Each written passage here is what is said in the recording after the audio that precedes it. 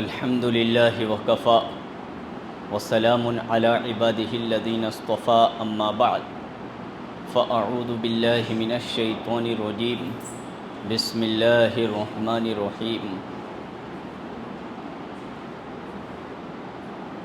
يا أيها الذين آمنوا من يرتد منكم عن دينه فسوف يأتي الله بقوم يحبهم ويحبونه أذلة على المؤمنين أعزة على الكافرين يجاهدون في سبيل الله ولا يخافون لومة لائم ذلك فضل الله يؤتيه من يشاء والله واسع عليم وقال الله تبارك وتعالى وإن تتولوا يستبدل قوما غيركم ثم لا يكونوا أمثالكم صدق الله العظيم اللهم صل على سيدنا محمد وعلى آل سيدنا محمد وبارك وسلم اللهم صل على سيدنا محمد وعلى آل سيدنا محمد وبارك وسلم اللهم صل على سيدنا محمد وعلى آل سيدنا محمد وبارك وسلم۔ غزوہ احزاب کا موقع ہے۔ چاروں طرف مدینے میں کفار مکہ نے، یہود مدینہ نے اور باہر کی طاقتوں نے آ کر چاروں طرف سے مدینہ منورہ کو گھیر لیا۔ آپ صلی اللہ علیہ وسلم نے ان کے آمد کی اطلاع پا کر ایک خندق کھودا تھا، کیونکہ مدینہ کا جو جغرافیہ ہے وہ تینوں طرف سے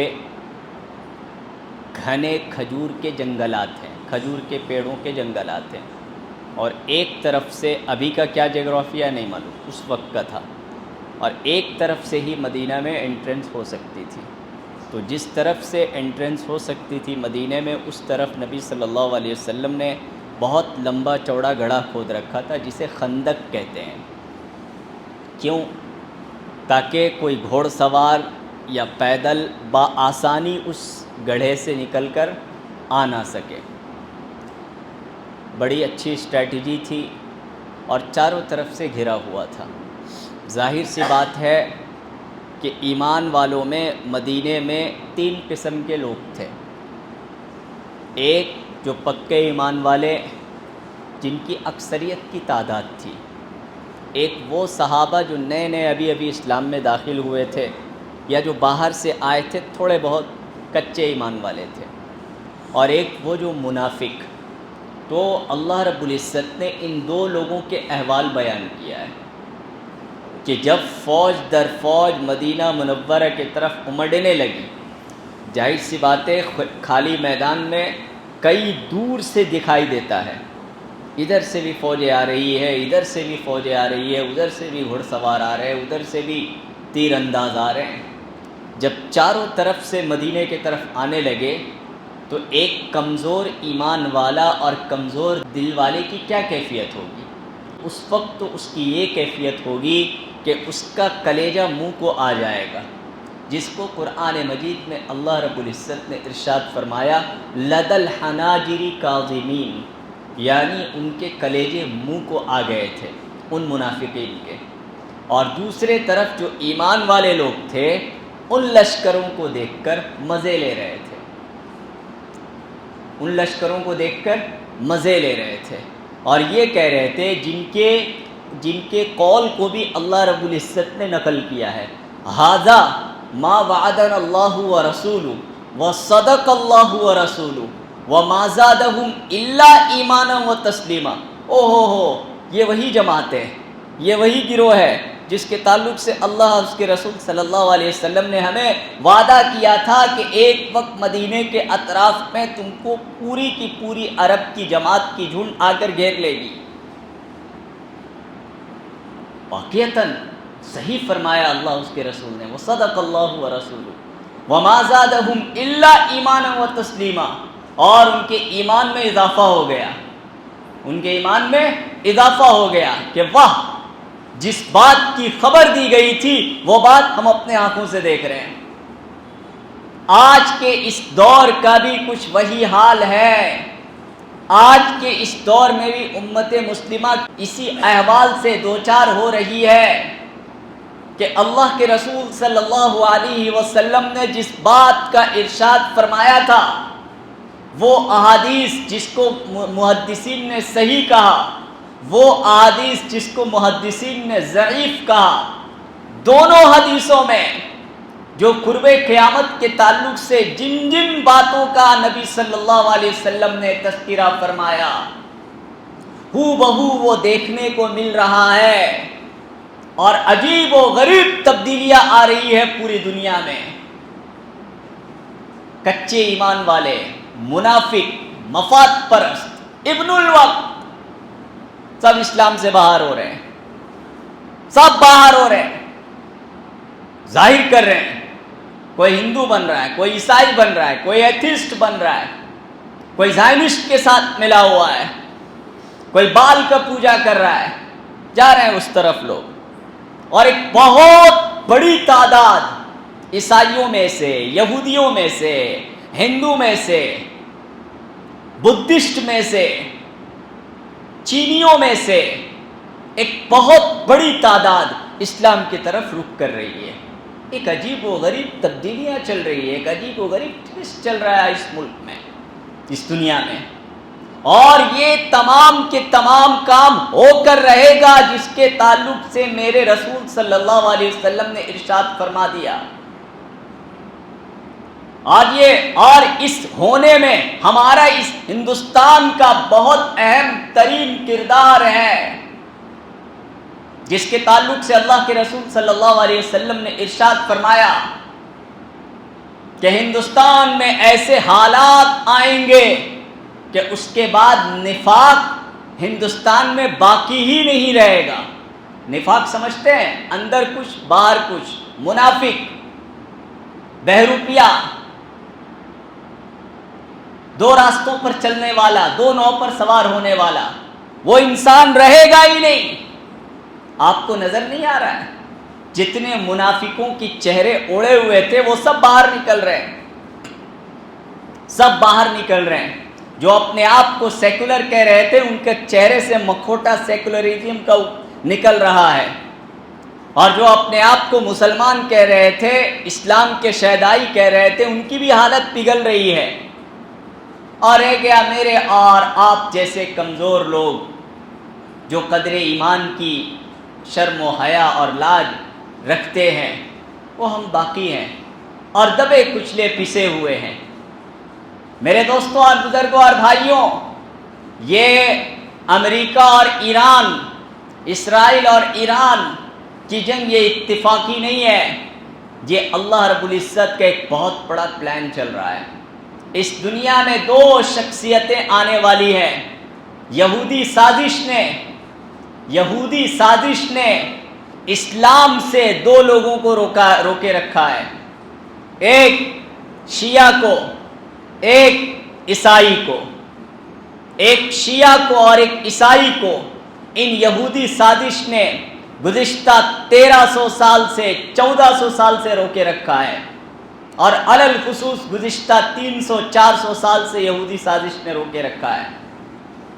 امت کا ایک بہت بڑا طبقہ جس کو کسرا ایمپائر کہا جاتا ہے، جس کو کسرا کہا جاتا ہے، جس کی بہت بڑی سلطنت، بہت بڑی تعداد تھی، جو اسلام میں آ گئی تھی، کلمہ پڑھ لی تھی اس تعداد نے، لیکن اس کے باوجود شیعیت کا ایک مذہب کے نام پر، محبت علی کے نام پر، محبت اہل بیت کے نام پر، اور نہ جانے کن کن خرافات کے نام پر امت مسلمہ سے اس کو کاٹ دیا گیا۔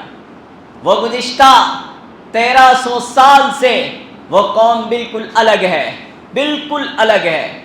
اسی طرح جب یورپ میں عیسائیت آیا، ایک طرف اسپین میں وہاں کی تہذیب و تمدن اور وہاں کی عیسائی دنیا اکثر و بیشتر مسلمان ہونے لگی، پھر اکثر و بیشتر وہی مسلمان ہونے لگی، پھر اس کے بعد سلطنت عثمانیہ ترکی میں، عرب میں آیا، اس نے تو گجب کا مسئلہ ڈھا رکھا تھا۔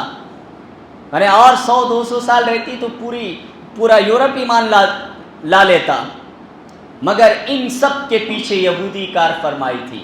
یہ تو سب جانتے ہیں کہ سلطنت عثمانیہ کو ختم کرنے میں یہودی فری میسن کا ہاتھ ہے، تو لکھی ہوئی بات ہے، چھپی ہوئی بات ہے، اور یہ ہماری لکھی اور ہماری چھپی ہوئی بات نہیں، یہ ان لوگوں کی لکھی ہوئی بات ہے۔ فری میسن دن یہودیوں کی جو مشن تھی، جس میں مسلمان نوجوانوں کو ورگلایا گیا، کچے ایمان والوں کو ورگلایا گیا، اور مسلمان شہزادوں سے بچیوں کی شادیاں کروائی گئی، یہودی لڑکیوں سے شادیاں کروائی گئی۔ اور وہ کچھ احوال ہمارے اس ہندوستان میں بھی ہونے والا ہے، ہمارے اس ہندوستان میں بھی ہو رہا ہے۔ ایک طرف اللہ معاف فرمائے لو جہاد کے ڈنکے بج رہے ہیں، وہ کیا کر رہے؟ بائی پلان مسلمان جو ہے ہندو لڑکیوں سے نکاح کرتے ہیں، ان کو ایمان میں دھرم پریورتن کرنے کے لیے۔ یہ وہ ڈنکا ہے جو بجایا جاتا ہے، اور حقیقت ایسا ہے کہ لاکھوں ہندو لڑکیوں کو ہمارے انٹلیکچل نوجوانوں کے کندھوں میں باندھ دیا گیا ہے، نکاح کروایا گیا ہے، تاکہ ان کے نطفے سے جو بچہ جنم لے وہ ہندو جنم لے، یا کم از کم ایسا ہو کہ وہ پکا مسلمان نہ رہے، سب کو مان لے۔ آئی بات سمجھ میں؟ بائی پلان اس طرح کیا گیا ہے، اور اس کا بنڈا ہم لوگ کیا پھوڑ رہے ہیں؟ ہماری کیا حقیقت، اس کا بنڈا وہ خود پھوڑ رہے ہیں۔ ابھی آگے آگے دیکھ ہوتا ہے کیا، اس طرح کے احوال ہو رہے ہیں، اس طرح کی رد و بدل اور تبدیلیاں ہو رہی۔ 10 لاکھ سے زیادہ ہندو لڑکیوں کو یہ پلے میں باندھ دیا گیا۔ جتنے بھی آپ کو فلم اسٹار نظر آتے ہیں مسلمانوں کے نام پر، سب کی بیویاں تھوڑا سا نظریں اٹھا کر دیکھے کون ہے؟ بائی پلان ہوتا ہے۔ جتنے بڑے بڑے انٹلیکچوئل اور سیاستدان آپ کو نظر آتے ہیں جو اسٹیجوں میں، ان کی بیویاں کون ہے؟ تھوڑا یہ نظر اٹھا کر دیکھیں، ان کی اکثر و بیشتر بیویاں کون ہے؟ تھوڑا نظر اٹھا کر آپ دیکھ لیجیے۔ تو ایک بائی پلان ہوتا ہے، پلان وہ کر رہے ہیں، سازش وہ کرتے ہیں، لیکن اس کا الٹا الزام ہمارے اوپر لگا کر ہمیں بدنام کرنے کی کوشش کی جاتی ہے۔ لیکن اس جھوٹ کو کون یہ کرے گا؟ تو میرے دوستوں اور بزرگوں اور بھائیوں، جس امت کو توڑ کر رکھا ان یہودی خبیثوں نے، جس امت کو توڑ کر رکھا، شیعہ کو توڑ کر رکھا ہے، امت مسلمہ کو، عیسائی کو توڑ کر رکھا، اب اللہ رب العزت کو ملانے کا وقت آ گیا ہے۔ 2 شخصیتیں آنے والی ہے۔ سب سے پہلی شخصیت حضرت امام مہدی رضی اللہ عنہ کی۔ وہ شخصیت کون ہوگی؟ وہ شخصیت حضرت فاطمہ رضی اللہ عنہ کے اولاد میں سے، اور غالباً حضرت حسن رضی اللہ عنہ کے اولاد میں سے آنے والے ہیں۔ ظاہر سی بات ہے، اہل بیت کے نام پر اچھلنے والے، مچلنے والے، ان کے نام پر گردن پیش کر دینے والے، ان کے نام پر پوری جوش و جذبے میں آ جانے والے کون سی قوم ہے؟ ارے بتائیے نا، سنی تو ہو گئے سن، وہ شیعہ قوم ہے۔ جہاں اہل بیت کی بات آ جائے، جہاں امام حسن اور حسین رضی اللہ عنہما کی بات آ جائے، جہاں حضرت فاطمہ اور ان کی نسل کی بات آ جائے، تو پھر شیعہ اپنے آپ میں نہیں رہتا، وہ کسی کی نہیں سنتا ہے۔ تو سب سے پہلے امام مہدی کے آواز پر لبیک کہنے والی جو قوم ہوگی وہ مخلص شیعہ ہوگی۔ وہ کون ہوگی؟ جو مخلص شیعہ ہیں، اچھے شیعہ ہیں، جن کو تھوڑی سی غلط فہمی ہے لیکن اندر سے ان کی طبیعت اچھی ہے۔ اور جو خبیث شیعہ ہیں وہ تو جائیں گے دجال کے ساتھ، کیونکہ اللہ کے رسول صلی اللہ علیہ وسلم نے ارشاد فرمایا، خاص طور پر ایک علاقے کا نام لے کر اللہ کے رسول صلی اللہ علیہ وسلم نے فرمایا کہ اصفہان کے 70,000 سے زیادہ یہودی وہ کس کے ساتھ ہوں گے؟ دجال کے ساتھ ہوں گے۔ مطلب 70 سے 70,000، جب عربی میں لفظ 70,000 بولا جاتا ہے تو اس کا مطلب ایکوریٹ کیلکولیشن 70,000 نہیں ہے، وہ ایک محاورہ ہوتا ہے۔ مطلب بہت بڑی تعداد، 70,000 سے مراد لاکھوں کی تعداد یہ ہوتی ہے۔ تو لاکھوں کی تعداد، یعنی 9 سے 10 کروڑ کی ایران کی آبادی ہے، اس میں لاکھوں کی تعداد ایسی ہوگی جو دجال کا ساتھ دے گی۔ جو اللہ کے رسول صلی اللہ علیہ وسلم نے ارشاد فرمایا یہودی، ارے بھائی 70,000 یا اتنے لاکھ تو یہودی ایران میں تو رہتے نہیں ہیں، یہودی ایران میں ہے لیکن ان کی تعداد بہت کم ہے، اتنے تو نہیں ہے، نہیں ہیں، وہ کون ہے؟ شیعہ ہیں، لیکن وہ کون ہے؟ وہ ہے زائنسٹ۔ وہ کون ہے؟ زائنسٹ۔ جیسے ہمارے اس ہندوستان میں بہت سارے لوگ مسلمان ہیں لیکن وہ کون ہے؟ وہ ہندوتوا آئیڈیولوجی کو اختیار کیے ہوئے ہیں، بہت سارے بڑے بڑے داڑھی رکھنے والے، بڑی بڑی پگڑیاں پہننے والے، بظاہر ان کا چہرہ آپ کو چمکتا دمکتا نظر آئے گا، اور ممبروں کے زینت بننے والے لوگ، وہ کون ہیں؟ ہندوتوا آئیڈیولوجی کو اختیار کیے ہوئے ہیں۔ وہی اللہ کے رسول صلی اللہ علیہ وسلم نے ارشاد فرمایا وَمَن يَتَوَلَّهُم مِّنكُمْ فَإِنَّهُ مِنْهُمْ، جو ان کے طرف جھکے گا تو وہ ان کے ساتھ ہوگا۔ سمجھ رہے؟ جو ان کے طرف جھکے گا وہ ان کے ساتھ ہوگا۔ اللہ اس کے رسول صلی اللہ علیہ وسلم نے میرے لیے ایک لکیر کھینچ دی کہ ہم کو اسی میں رہنا ہے، اب اس کے لیے جان جائے، مال جائے، کاروبار جائے، امن و امان جائے، کچھ بھی جائے، ہم تو اپنے اس لکیر پر، ایمان کے لکیر پر قائم رہیں گے۔ تو بہرحال ایران کے اکثر و بیشتر لوگ امام مہدی کا ساتھ دیں گے، جو اچھی طبیعت کے جو لوگ ہوتے ہیں، اور جو ان میں خبیث طبیعت کے جو لوگ ہیں ہمارے سنی میں بھی سے، وہ سب کس کا ساتھ دینے والے ہیں؟ سب دجال کا ساتھ دینے والے ہیں۔ یعنی ایک بہت بڑی تعداد جو امت مسلمہ سے کٹ رہی ہے، جو کٹی ہوئی ہے 9 کروڑ کی تعداد، صرف ایران میں 9 کروڑ ہے، اور اس کے علاوہ جو شیعوں کی جو تعداد ہے ہر جگہ میں، وہ سب ملا کر 15 سے 20 کروڑ ہے، وہ سب ملا کر 15 سے 16 کروڑ، موٹا موٹی میرے اپنے حساب سے۔ اتنی بڑی تعداد کو امت مسلمہ سے کاٹا گیا گزشتہ 1300 سال سے، وہ ان میں سے اکثر و بیشتر امام مہدی کے نام پر آ کر مل جائیں گے۔ اسی لیے امام مہدی کے نام پر آ کر مل جائیں گے۔ اسی لیے پھر اس کے بعد جو دوسری شخصیت آنے والی ہے وہ حضرت عیسیٰ علیہ السلام کی شخصیت، وہ عیسائی جن کے تعلق سے اللہ نے جن کے دل کا بیان کیا بِأَنَّهُمْ قِسِّسِينَ وَرُهْبَانًا وَأَنَّهُمْ لَا يَسْتَكْبِرُونَ، کہ وہ عیسائی اتنے دل کے نرم ہوتے ہیں کہ گھمنڈ نہیں کرتے ہیں، وہ انسانی دوست ہوتے ہیں۔ آج جو غزہ میں جو ظلم ہوا، کسی نے یہ ایکسپیکٹ بھی کیا تھا کہ مسلم دنیا تو گئی تیل لینے، لیکن کسی نے یہ ایکسپٹ کیا تھا کہ یورپ میں اتنا احتجاج ہوگا، لاکھوں کی تعداد میں وہاں کے اسٹوڈنٹ احتجاج کریں گے، لاکھوں کی تعداد میں۔ جس غزہ کے نام پر، جس جگہ کے نام پر پوری دنیا میں انتشار پھیلایا گیا، سیکنڈ ورلڈ وار کے بعد سے پوری دنیا میں فتنہ مچایا گیا، جس غزہ کے نام پر ہماری اسلامی فوبیا کو اس طرح پھیلایا گیا، جس غزہ کے نام پر اتنے دنگے ہوئے، اتنا مسلمان کو بدنام کیا گیا صرف اور صرف یہودی ریاست کو بچانے کے لیے، جس غزہ کے نام پر لاکھوں عراقی بچوں کو مار دیا گیا، لاکھوں افغانیوں کو مار دیا گیا، لاکھوں لیبیا کے لوگ، سب وہ یہودی ریاست کو بچانے کا پلان تھا۔ اس کو پتا ہے ایک بھی مسلم دنیا اگر اٹھ گئی، ایک بھی مسلم دنیا اگر طاقتور بچی رہی تو ہم نہیں بچے رہیں گے، اس سے جو ہے سب ختم کرو۔ اور اتفاق کی بات ہے کہ ایران بھی پہلے ان لوگوں کے ساتھ ملا ہوا تھا، لیکن چند سالوں سے ان کا بھی اپنا نظریہ بدلا۔ یہ دل جیسے یورپ پورا ان کے ساتھ ملا ہوا تھا۔ آپ کو کبھی احتجاج سننے کو ملا کیا؟ عراق میں اتنا زیادہ یہ ہوا، کبھی بھی یورپ میں آپ کو احتجاج کرتے کوئی لوگ نظر آئے؟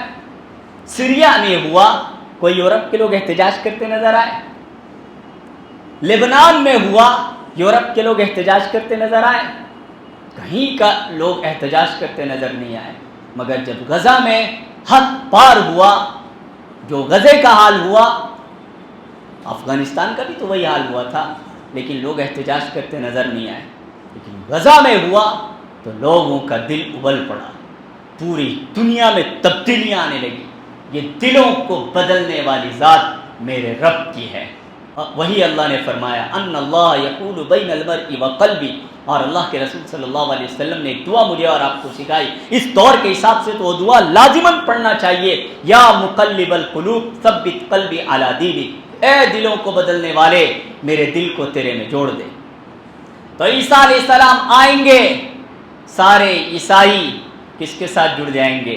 عیسیٰ علیہ السلام کے ساتھ جڑ جائیں گے۔ پھر دنیا میں وہ انقلاب، وہ ہستی یہ دنیا دیکھے گی۔ تو یہ جو کچھ احوال ہمارے اس ہندوستان میں یا پوری دنیا میں جو کچھ احوال آنے والے ہیں، ایمان والے لوگ اس کا مزہ لیتے رہیے، کیونکہ اللہ کے رسول صلی اللہ علیہ وسلم نے ارشاد فرما دیا ہے کہ ایسا ہوگا۔ ایمان والے لوگ اور جو منافق قسم کے لوگ ہیں، کچے ایمان والے لوگ ہیں، وہ ہاہاکار مچا رہے ہیں۔ ابھی آپ کو کچھ کرنا نہیں ہے، ابھی آپ کو سیاست میں اس میں کچھ کرنا نہیں ہے۔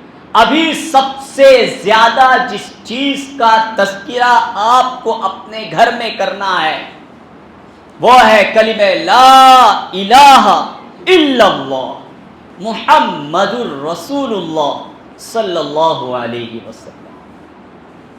ہمارا ناطہ، ہمارا رشتہ، ہماری زندگی کا مقصد، ہمارا اڑنا، ہمارا بچھونا یہ کلمہ ہے۔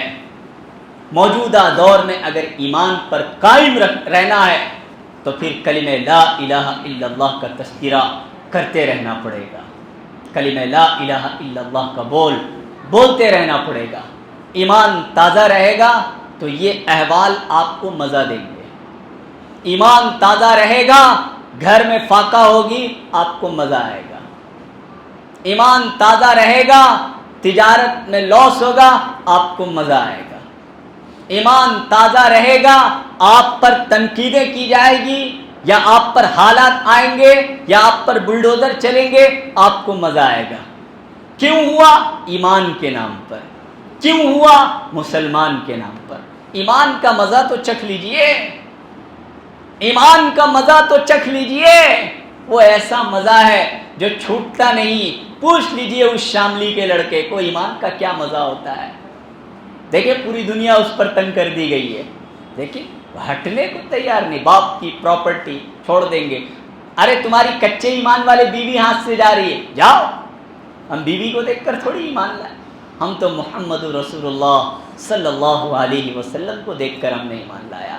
آپ کی سیرت پڑھ کر ہم نے ایمان لایا، آپ کی بایوگرافی پڑھ کر ہم نے ایمان لایا۔ جاؤ، بیوی چھوٹے کوئی بات نہیں، سسرال چھوٹے کوئی بات نہیں، ماں باپ تو چھوٹی گئے، پراپرٹی سے بے دخل ہو کوئی بات نہیں، لیکن ایمان پر ہم قائم رکھیں گے۔ اللہ رب العزت اس کے ایمان کو اللہ برقرار رکھے، ثابت قدم رکھے، اور میرے اور آپ کے لیے وہ نمونہ ہے۔ اب تک کے خبروں کے حساب سے میرے اور آپ کے لیے وہ نمونہ ہے کہ اللہ رب العزت اس کے ایمان کو قائم رکھے۔ تو اصل مسئلہ باطل کا اور کوئی مسئلہ نہیں ہے، باطل کا صرف ایک مسئلہ ہے، اس کو کھٹکتا ہے میرا اور آپ کا ایمان، اس کو کھٹکتا ہے میرا اور آپ کا ایمان، اور ہم اپنے ایمان سے جتنا باطل کو شکست دے سکتے ہیں اتنا اور کسی چیز سے ہم شکست نہیں دے سکتے۔ اللہ مجھے اور آپ کو ایمان کی بصیرت اور تازگی عطا فرمائے۔ وآخر دعوانا الحمدللہ۔